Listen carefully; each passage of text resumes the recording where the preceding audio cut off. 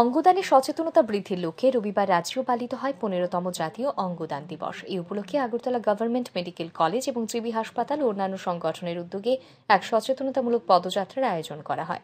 রবীন্দ্র শতবার্ষিকী ভবনের আম্রকুঞ্জের সামনে থেকে এই সচেতনতামূলক পদযাত্রাটি পতাকা নেড়ে সূচনা করেন মুখ্যমন্ত্রী প্রফেসর ডাক্তার মানিক সাহা।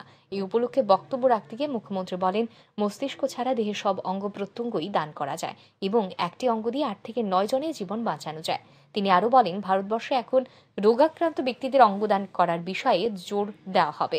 তিনি আরও জানান, ফ্রান্স, আমেরিকা ও প্রভৃতি বহিরাষ্ট্রের তুলনায় দেশে অঙ্গদানের শতাংশের হার অনেকটাই কম। তথ্য দিয়ে মুখ্যমন্ত্রী জানান, ভারতে প্রতি বছর 1,80,000 কিডনি প্রতিস্থাপনের চাহিদা থাকে, কিন্তু 2023 সালে দেশে মাত্র 13,426টি কিডনি প্রতিস্থাপন হয়েছে। বছরে লিভার প্রতিস্থাপনের চাহিদা 25 থেকে 30,000, কিন্তু হয় মাত্র 4,491টি। মুখ্যমন্ত্রী বলেন, অঙ্গদানের বিষয়ে জনগণকে আরও বেশি সচেতন হতে হবে। রাজ্যে কিডনি এবং লিভার প্রতিস্থাপন প্রক্রিয়া শুরু হয়েছে। ধীরে ধীরে সব অঙ্গের প্রতিস্থাপন প্রক্রিয়া রাজ্যে চালু হবে। সংশ্লিষ্ট বিষয়ে মোহন ফাউন্ডেশনের সাথে কথাবার্তা চলছে বলেও জানান মুখ্যমন্ত্রী। কিন্তু এখন যে টার্গেট ফোকাস যে এরিয়া, সেটা হচ্ছে যে ডিজিজ পার্সন, তাদের থেকে যদি অঙ্গদানটা নেওয়া যায়। কিন্তু তার জন্য তো অ্যাওয়ারনেস প্রচন্ড দরকার।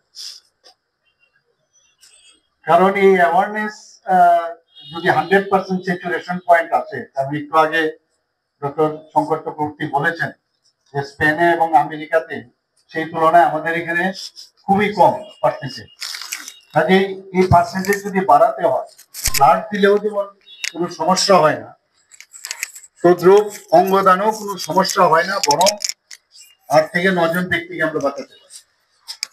এখানে একটা অর্গান ট্রান্সপ্লান্ট, তার সাথে আবার যে আমাদের বিভিন্ন টিস্যু ট্রান্সপ্লান্ট, সেটাও কিন্তু আমরা করতে পারি। মারা যাওয়ার পর যেমন আগে থেকে যদি ফ্যামিলি এবং তারা যদি সম্মতি দেয়, সেখানে হার্ট ট্রান্সপ্লান্ট করা যায়, কিডনি ট্রান্সপ্লান্ট করা যায়, লিভিং ক্ষেত্রেও হয়, আবার মারা যাওয়ার পরে লাংস ট্রান্সফার করা যায়, লিভার, প্যানক্রিয়াস, স্মল ইন্টেস্টাইন পর্যন্ত করা যায়।